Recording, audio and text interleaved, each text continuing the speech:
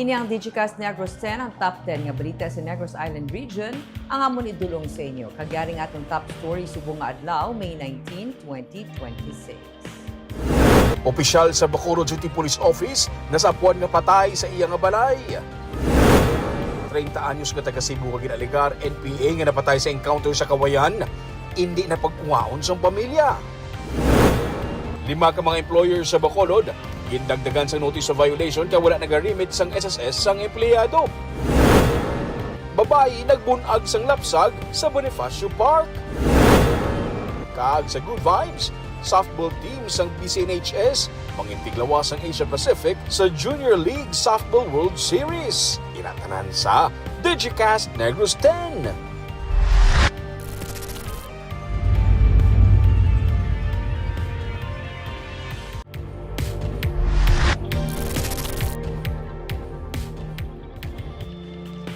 Sa number 10, Municipal Health Officer sang Kawayan ang mangin bag-o nga Provincial Health Officer sang Negros Occidental. Ginsiling ni Negros Occidental Governor Eugenio Jose Lacson nga na-hire na sa probinsya si Dr. Ayesa Hugnatan. Pero mga duha ka semana pa kag siya ang maka full-time sa probinsya. Sa karon nagaserbe nga OIC sang PHO si Dr. Josephine Pahamtang nga nagaserbe man nga Chief of Hospital San Teresita Lopez Halandoni Provincial Hospital sa Silay City. Sunod kay Lacson ang ihibalo kag talento sang 41 anyos ka doktor ang nagakaigo nga i-share sa bilog nga probinsya. Sang Biyernes lamang nag-retire si Dr. Girly Pinongan bilang PHO. Ginhingadlan man ni Lacson si Dr. Von Andre Aposaga bilang OIC for Public Health Service sa PHO. When I first met her, I said I told myself with her know-how and her talent, I think she should be shared throughout the province. Right now, she's with head sa Kawayan. Yes, and so she also attends our health board meetings, and dito ko nakilala for the province gining iya level.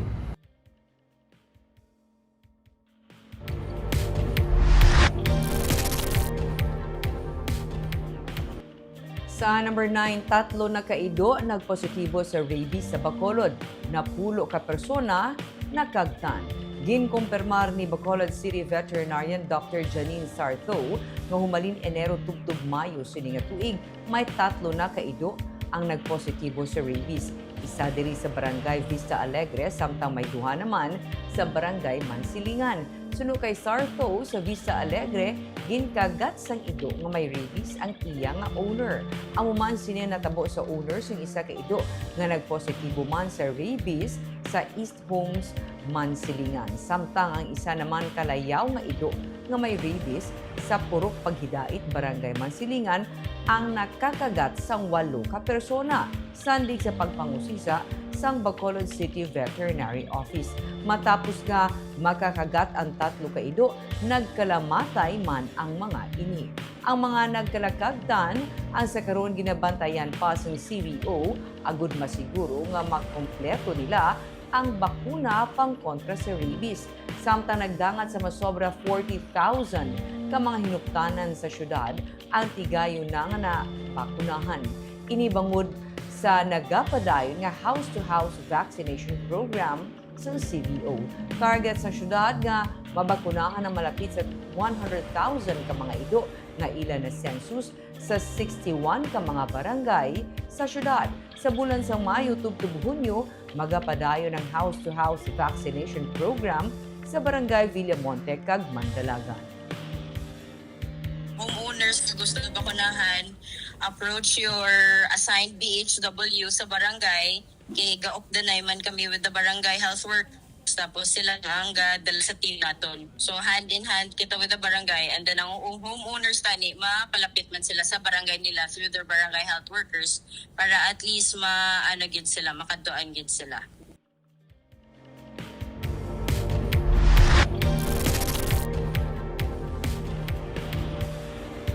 Sa number 8, dalago nga garbage bins ipahamtang sa mga barangay sa Bacolod.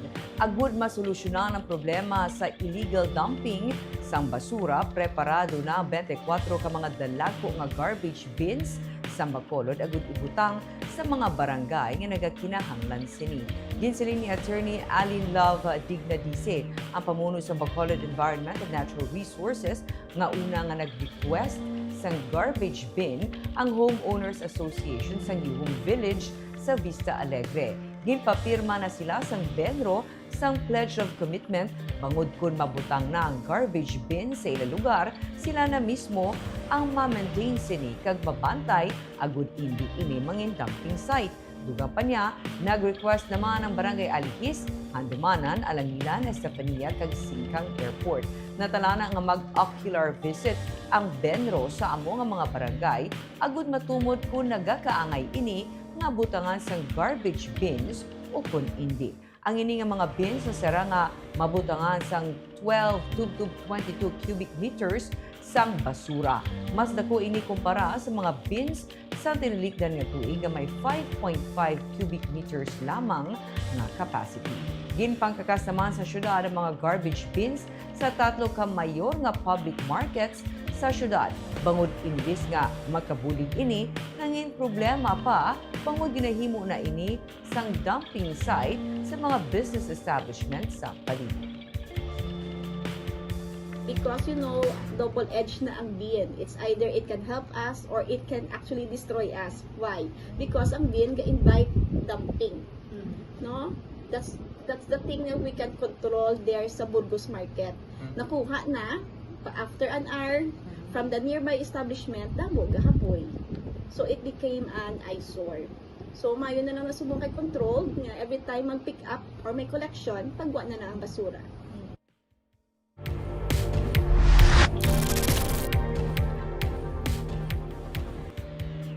Sa number 7, mga tulan sang tawo nga nasapwan sa Moises Padilla, nakilala na sang pamilya. Ginkuha na sa pamilya mga tulan sing ilahimata nga nasapwan sa Hacienda Hokson, Barangay Magalyon Cadre, sa Banwa sa Moises Padilla sang Domingo. Nakitaan sa mga tapasero ang mga tulan kag bagol sa katubuhan. Nakilala ng biktima paagi sa mga gamit nga nakuha malapit sa lugar kundi nakita ang mga tulan. Padayon pagkaroon ng investigasyon sa Moises Padilla PNP kung bala ang biktima ang isa sa mga naanod sa baha sadtong paglaslas ni Bagyong Tino sang Nobyembre o kung amo ang tigulang naging report missing sang Disyembre.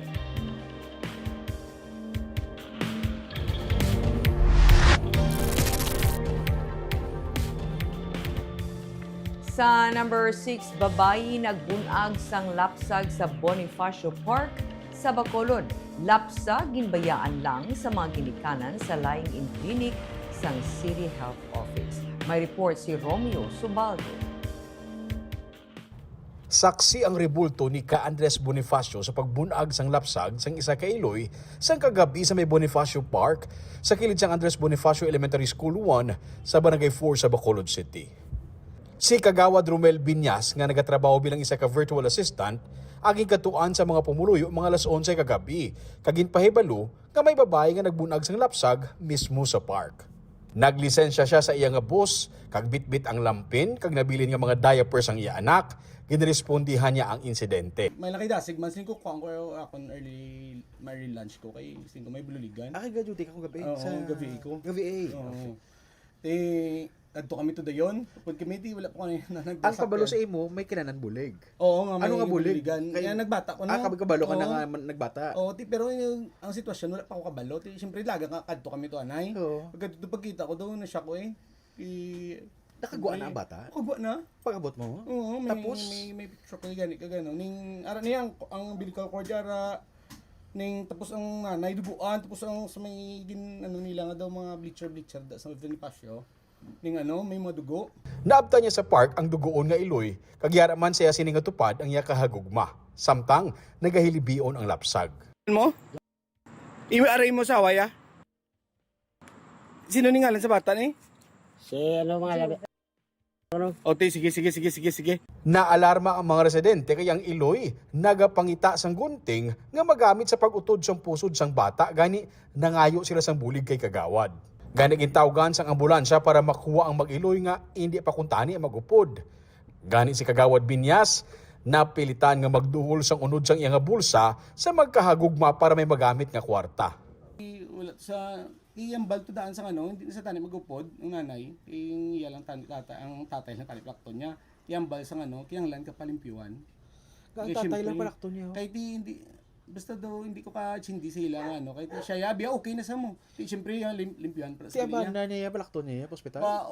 Ang pop doon niya tani. Sa baby? Oo, sa baby. Hindi siya Sa magupod? ospital, hindi sa tani magupod.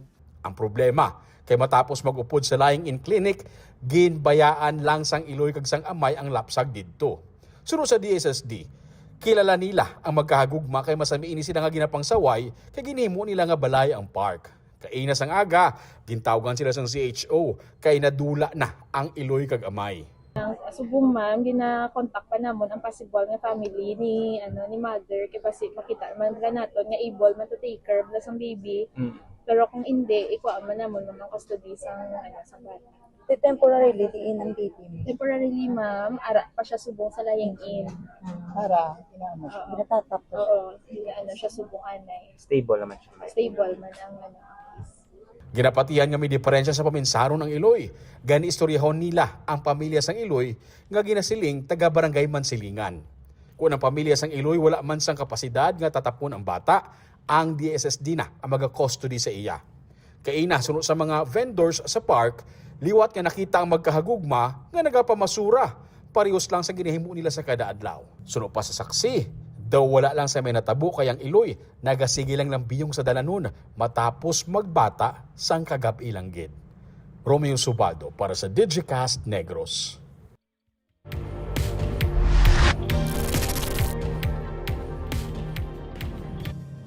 Sa number 5, sa ulihing nga adlaw sang voters registration, masobra sa 12,000 ka-application ang tigayon nga na-process ang Commission on Elections sa Negros Island Region. Sa Negros Occidental lamang sa May 18, ang last day of voter registration para sa barangay kag SK elections, 7,545 ang tigayon nga na-process. Sa Negros Oriental naman, 4,391 kag sa Siquijor, 449. Sa Kabilugan, 12,385 ang na-process nga mga application. Humalin sa October 20, 2025, tubtub May 18, 2026 nga voter registration, 241,422 tanan ka-application ang nabaton sa COMELEC kag na-process. As of April 2026, nga Election Registration Board hearing, ang NIR ang mayara sang 3,063,096 ka mga regular nga botante. Ang third kag final nga ERB hearing ang natalana sa bulan sang Hunyo. Pagkatapos na sini mapat-ud kun pila ang total number of voters sang NIR para sa BSKE.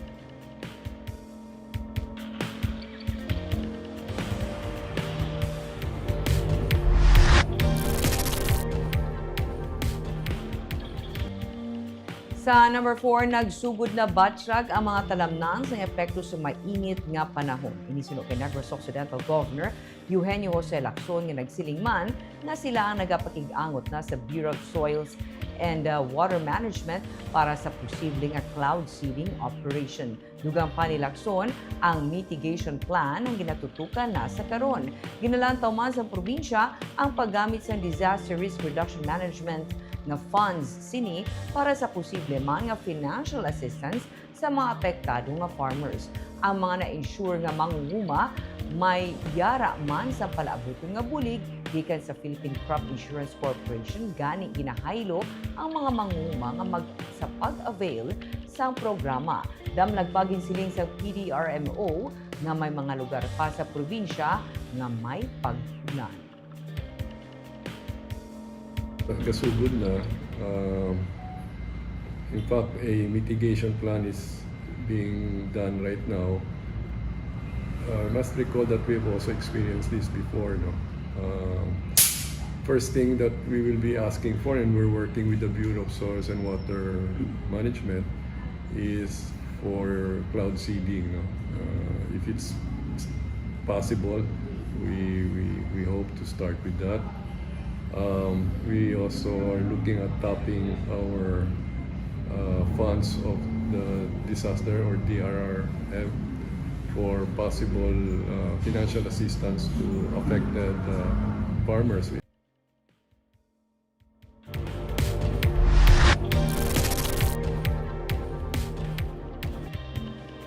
Sa number 3, 5 ka-employers sa Bacolod gindagdagan notice of violation kay wala nag-remit sang SSS contribution sang mga empleyado.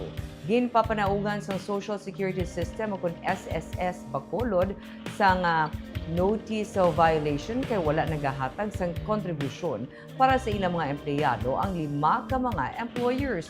Ini ang kabahin sang Run After Contribution Evaders nga programa sang ahensya nga nagapahanumdum sa mga employers sa ilang nga obligasyon nga magbayad sang SSS contributions sang ilang mga empleyado. Ginahatagan ang mga employers sang 15 ka adlaw para bayaran ang benepisyo sang empleyado.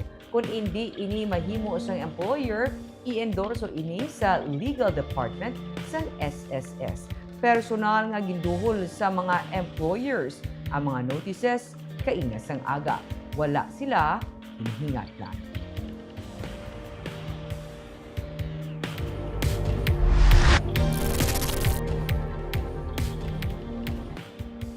Sa number 2, 30 anyos nga taga Cebu nga ginaalagar NPA nga napatay sa encounter, hindi na pagkuhaon sang iya pamilya. Pamilya sa napatay nga anay student leader sa engkwentro sa Kawayan, nagdesisyon nga hindi na pagkuhaon ang bangkay sa ilang nga himata. Nagdesisyon ang pamilya ni Vince Francis Dingding, isa sa 5 ka mga ginalagar miyembro sa New People's Army na napatay sa engkwentro sa Banos ng Kawayan, Negros Occidental, nga hindi na pagkuhaon ang iya bangkay. Si Dingding na taga Cebu City ang anay student leader sa University of the Philippines, Cebu. Ginpakigbahin sa National Task Force to End Local Communist Armed Conflict ang sulat sa ginikanan ni Dingding na sa Romulo kag Rica nga may petsa May 18, kuliin gintugyan nila ang tanan nga may angot sa kamatayon sa ilang bata sa ilang barangay kapitan, agud nga hindi na magdugang ang ila kalisdanan. Sunod sa sulat, may colon cancer ang iloy ni Dingding kag siyang istrikto nga ginabisuhan nga maglikaw sa stress para sa iya healing kag recovery. Sunod sa NTF-LCAC, nagpadulong sa Negros si Dingding sang 2017.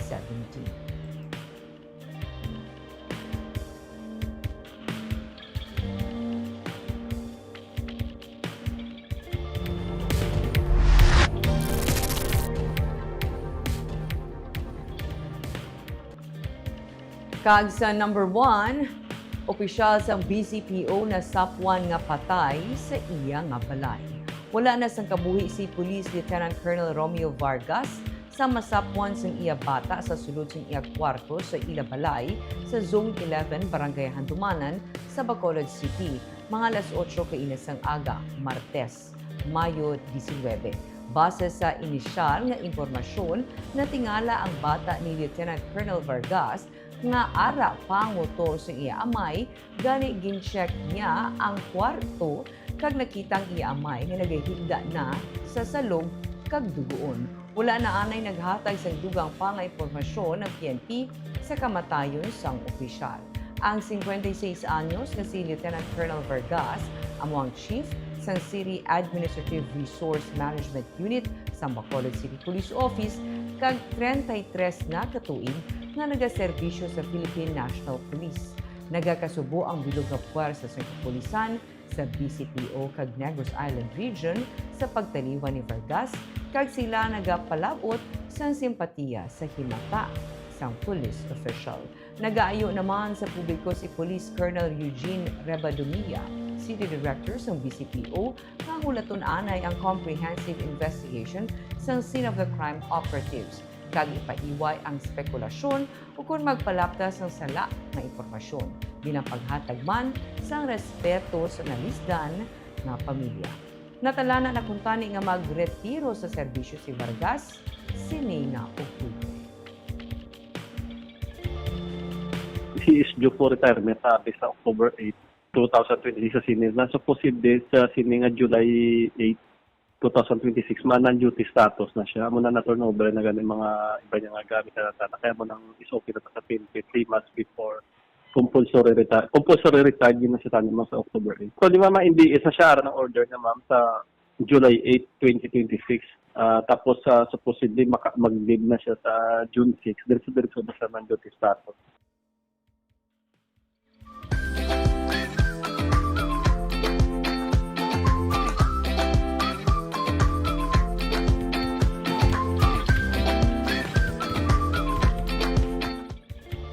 Sa Good Vibes softball teams, ang BCNHS mangitiglawas ang Asia Pacific sa Junior League Softball World Series.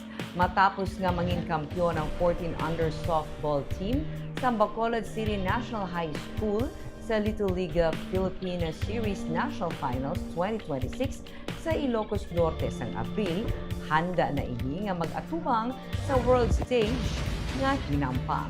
Sa Agosto 2, tub-tub 8, sininga tuig, ang Bacolod City National High School ang mangintiglawas sang Asia Pacific sa Junior League Softball World Series nga pagahiwaton sa Washington sa USA. Kahapon nga adlaw, nag-courtesy visit ang bugos nga team nga ginanatipan sa 14 ka mga atleta nga nagaedad 14 anyos panubo. Ilagin pangabayang syudad nga masuportahan sila para sa World Series. Suno kay Attorney Marca Steven Mayo, ang Bacolod City Administrator, nga positibo man ang response ng syudad kag handa ini nga maghatag sang pinansyal nga bulig para sa mga atleta. Ang kadalagan sang BCNHS sa National Series ang nangin inspirasyon man sang syudad agud iduso nga mangin Regional Training Center ang Bacolod City para sa hampang nga softball. Bilang pasidungog man sa mga atleta sa BCNHS, pinaduso na nga paubrahan sa dako nga training center para sa football ang amo nga eskwelahan. Kumpiyansa man ang syudad sa mga tiglawas sa Bacolod na sarang ini makakompete sa mga atleta sang iban nga punso. They are made for this. Gapati kitang they have a very, very big chance of bringing home the championship. Kaga mo na, ang potential nila ni puwerte na because ang training nila wala man untat. No, so with that, with factors, taking into account ilang mga factors, then dako gid ang chance naton. We're very positive about the team. Kag kita nag-shoutout sa ating mga live viewers kay Shona Evangelista Caredo. Maayong hapon, Digicast Negros watching from Singapore. Kay Miss Gloria Bantigue, good afternoon, Ma'am Barbara Mijares. Kag Digicast NIR watching from Pulupandan. And of course, kay Sir Romel Mahilom Galio. Good afternoon, Gid sa imo, sir. Kagamuyad to ang top 10 stories of the day. Tub-tub was. Ako si Barbara Mijares. Maayong hapon.